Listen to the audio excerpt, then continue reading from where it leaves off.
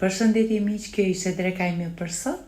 Lebrek i skuqur në tigan me lëng limoni, salmoni të mosur me lëng limoni, brokoli të tiganisur me hudhër i gjalp në tigan, në një pjatë miell, lyejmë nga të dy anët levrekun.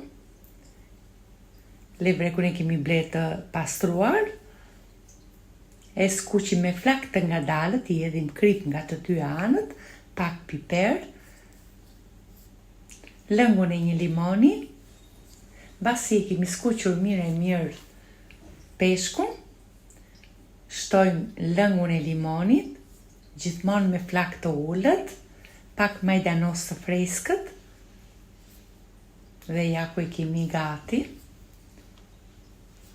E vendosim në një pjatë, i hedhim dhe kremin që tepëroj në tigan nga lëngu i limonit dhe e kemi gati një kavanos vaj ulliri, lëngun e një limoni, majdanos,